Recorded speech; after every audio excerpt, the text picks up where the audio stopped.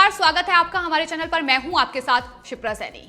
महाराष्ट्र में ईडी और शिवसेना के बीच जो घमासान चल रहा है और ईडी ने जिस तरीके से पीएमसी बैंक घोटाले में मनी लॉन्ड्रिंग का ये पूरा केस है और उसमें संजय राउत की पत्नी वर्षा राउत को समन जारी किया था, पूछताछ के लिए ये समन जारी किया गया था। और शिवसेना के नेता संजय राउत की पत्नी ने दरअसल 5 जनवरी का वक्त पूछताछ के लिए मांगा था, लेकिन उससे ठीक एक दिन पहले ही वो ईडी के दफ्तर पहुंच गई हैं, उनसे पूछताछ होनी है। इस सिलसिले में दरअसल पीएमसी बैंक घोटाला 2019 में महाराष्ट्र में हुआ, लेकिन इस सिलसिले में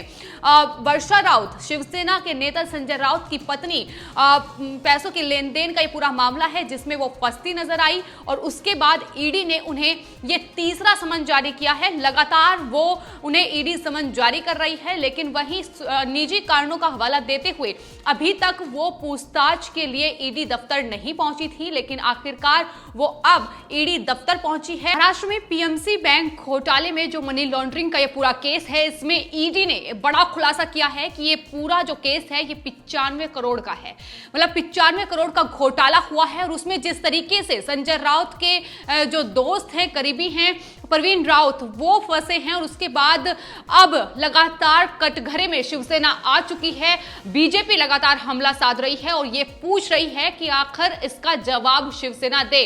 बीजेपी के नेता किरीट सोमैया ने ट्वीट करते हुए शिवसेना के नेता संजय राउत से जवाब मांगा है। उन्होंने ये सवाल किया है कि दरअसल ईडी ने जो बड़ा खुलासा किया है कि 95 करोड़ का ये पूरा मामला है, ये पूरा केस है, उस पर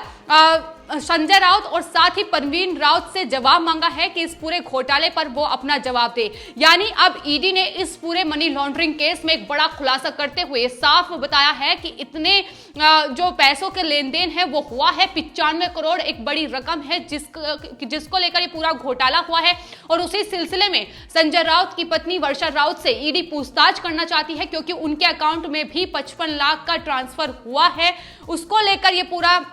मामला है। ईडी लगातार पूछताछ कर रही है, लेकिन अब बीजेपी लगातार हमलावर है। किरीट सोमैया लगातार इस मामले पर शिवसेना पर निशाना साध रहे थे और एक बार फिर से उन्होंने जवाब मांगा है कि दोनों ही भाइयों के बीच जो ये रकम है, इसकी लेन देन हुई है, उसका जवाब अब उन्हें दें, जनता को दें, देश की और महाराष्ट्र की जनता को दें।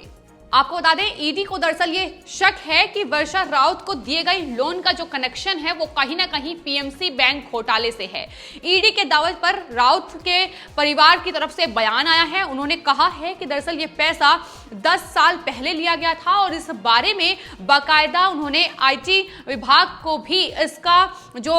लेटर है वो उसमें दिखाया था। तो उनकी तरफ से लगातार बयान आ रहे हैं, लेकिन ईडी को ये शक है कि दरअसल जो लोन के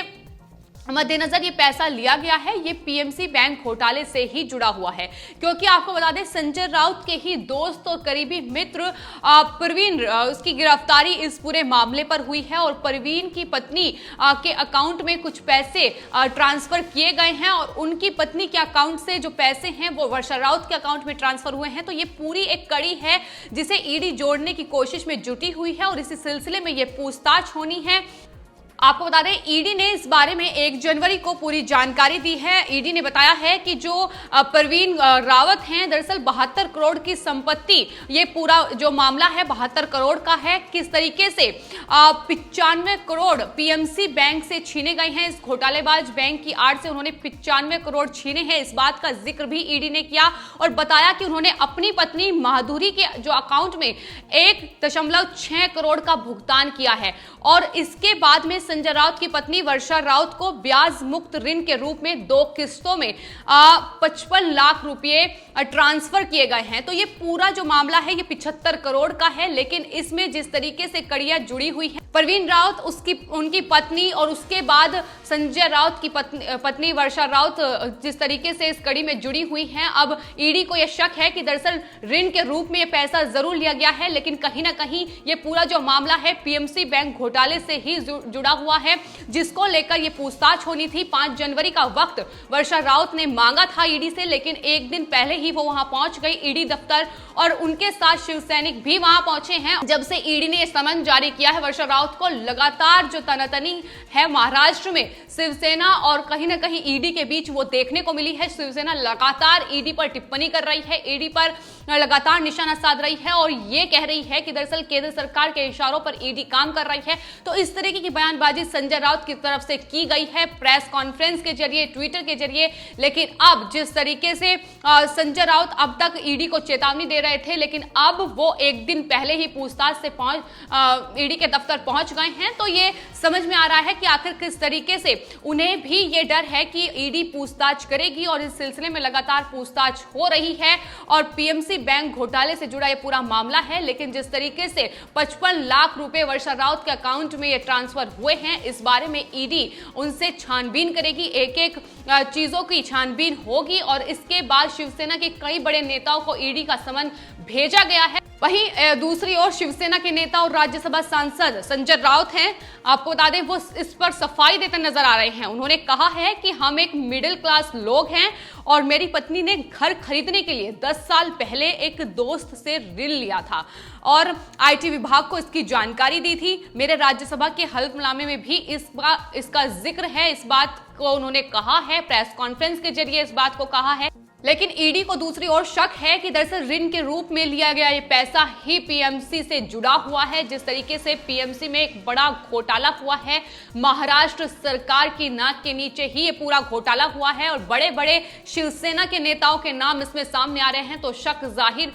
इसलिए होता है। और वर्षा राउत के पति संजय राउत अब तक जो चेतावनी केंद्र सरकार से लेकर ईडी तक को दे रहे थे, अब कहीं ना कहीं वो भी इस पूरे मामले पर नरम पड़ते नजर आ रहे हैं और आखिरकार वो पूछताछ के लिए आज ईडी दफ्तर पहुंचे हैं। लेकिन उनके साथ आपको बता दें शिव सैनिक भी पहुंचे हैं जो लगातार अपनी नाराजगी ईडी के खिलाफ दिखा रहे हैं। लेकिन वहीं दूसरी ओर शिव सैनिकों की जो हरकत है वो भी हमने पिछले दिनों देखी है कि किस तरीके से न सिर्फ मोदी सरकार बल्कि किस तरीके से ईडी के दफ्तर पर उन्होंने एक बैनर बीजेपी का लटकाया था। तो इस तरीके की हरकत पर ये शिव सैनिक उतर आए हैं, वो भी संजय राउत के कहने पर ही ये पूरा कार्य हो रहा है, क्योंकि जिस तरीके से वो इस पूरे मामले को हवा दे रहे हैं, जिस तरीके की बयानबाजी वो कर रहे थे, उसका ही नतीजा है कि ये तस्वीरें भी महाराष्ट्र में देखने को मिल रही हैं। आपको बता दें ईडी ने जिस तरीके से इस पूरे मामले पर जानकारी दी है, उन्होंने साथ ही ये भी कहा है कि एक जांच एजेंसी आपराधिक मामलों में किसी भी सबूत के रूप में कार्य करती है और ये कहते हुए कि बैंक के मामलों से जुड़े सभी लोगों से पूछताछ की जा रही है और किसी को भी बाहर नहीं निकाला जा रहा है। संजय राउत ने दरअसल ये आरोप लगाया था कि केंद्रीय एजेंसियों का इस्तेमाल महाराष्ट्र में उद्धव सरकार के नेतृत्व वाली इस सरकार को अस्थिर करने के लिए किया जा रहा है। जैसा कि हमने आपको पहले बताया कि किस तरीके से शिवसेना के ये बड़े नेता संजय राउत अपनी बयानबाजी करते हैं और लगातार जब से ईडी ने समन जारी किया है, आपको बता दें नवंबर महीने में ईडी ने इस पूरे बैंक घोटाले में मनी लॉन्ड्रिंग का जो केस है, इसमें नवंबर महीने में सबसे पहला समन उनकी पत्नी वर्षा राउत को जारी किया था। उसके बाद दिसंबर में दूसरा समन जारी हुआ और अब 29 दिसंबर की एक और तारीख तय की गई थी पूछताछ के लिए, लेकिन लगातार वो इसको अनदेखी कर रही थी, निजी कारणों का अपना हवाला दे रही थी, स्वास्थ्य कारणों का हवाला दे रही थी और कहीं ना कहीं इससे पीछे हट रही थी। लेकिन आखिरकार उन्हें ईडी दफ्तर पहुंचना पड़ा है और अब उनसे कड़ी पूछताछ इस पूरे मामले पर हो रही है। ईडी दफ्तर में मौजूद हैं, तो लगातार जो ईडी है उससे पूछताछ कर रही है और हो सकता है कि उनसे पूछताछ में कुछ ऐसे अहम बातें निकलकर सामने आए कि उसके बाद शिवसेना के कई बड़े नेता भी कटघरे में आ सकते हैं। ऐसी आशंकाएं जताई जा रही हैं क्योंकि शिवसेना के कई नेता पहले भी इस पूरे मामले से जुड़े हुए हैं, क्योंकि संजय राउत के ही करीबी मित्र हैं प्रवीण राउत, जो कि इस पूरे केस में फंसे हैं और जिस तरीके के तेवर संजय राउत अभी तक दिखा रहे थे वो भी बिल्कुल नरम पड़ चुके हैं, क्योंकि उन्हें भी अंदाजा है कि किस तरीके से उन्होंने इतना बड़ा घोटाला महाराष्ट्र में किया है और किस तरीके से पैसों का पूरा लेन देन हुआ है और उसकी ही वजह से अब जो तेवर हैं वो नरम पड़े हैं और केंद्र सरकार के खिलाफ जो अब तक कड़ी चेतावनी संजय राउत दे रहे थे वो भी कहीं ना कहीं धरी की धरी रह गई हैं। ईडी भी ये साफ कर चुकी है कि पूरा जो ये मामला है 72 करोड़ की संपत्ति से जुड़ा हुआ है, जिसमें ईडी लगातार हर एक पहलुओं से इस पूरे केस की जांच कर रही है और आने वाले वक्त में कुछ और नाम इस पूरे केस में सामने आ सकते हैं, ऐसी भी आशंकाएं जाहिर की जा रही हैं। आपको बता दें, इस पूरे केस में पीएमसी बैंक घोटाले में न सिर्फ शिवसेना के नेता से पूछताछ हो रही है, बल्कि हर उस शख्स से पूछताछ हो रही है जिस पर ईडी को शक है। आपको बता दें, पूर्व बीजेपी नेता एकनाथ खड़से जो हाल ही में एनसीपी में शामिल हुए हैं, शरद पवार की पार्टी में शामिल हुए हैं, उनसे भी ईडी ने पुणे के भोसरी क्षेत्र में एक भूमि सौदे से जुड़े मनी लॉन्ड्रिंग केस में पूछताछ की है। तो न सिर्फ शिवसेना जैसा कि आरोप लगा रही थी कि उनके ही नेताओं को फंसाया जा रहा है, सरकार को अस्थिर करने की कोशिश केंद्र सरकार ईडी की आड़ में कर रही है, लेकिन आपको बता दें, जांच एजेंसी ईडी लगातार उस हर शख्स से पूछताछ इस पूरे केस में कर रही है जिस पर उन्हें शक है। और वर्षा राउत जो ये ऋण का पूरा मामला ये संजय राउत बता रहे हैं, दरअसल ईडी को शक है कि पीएमसी बैंक घोटाले जो हुआ है उसमें ही ये पूरी जो उनकी ट्रांजैक्शन है, पैसों का लेन देन है, ये हुआ है और उसी सिलसिले में ये पूछताछ लगातार जारी है। अब वर्षा राउत को जवाब देना होगा और हो सकता है कि आने वाले वक्त में इस पूरे केस में शिवसेना के कई बड़े नेताओं के नाम सामने आए, क्योंकि ऐसी आशंकाएं पूरी तरीके से जाहिर की जा चुकी हैं। ईडी फिलहाल इस पूरे केस में पूछताछ कर रही है और आने वाले वक्त में देखना होगा कि आखिर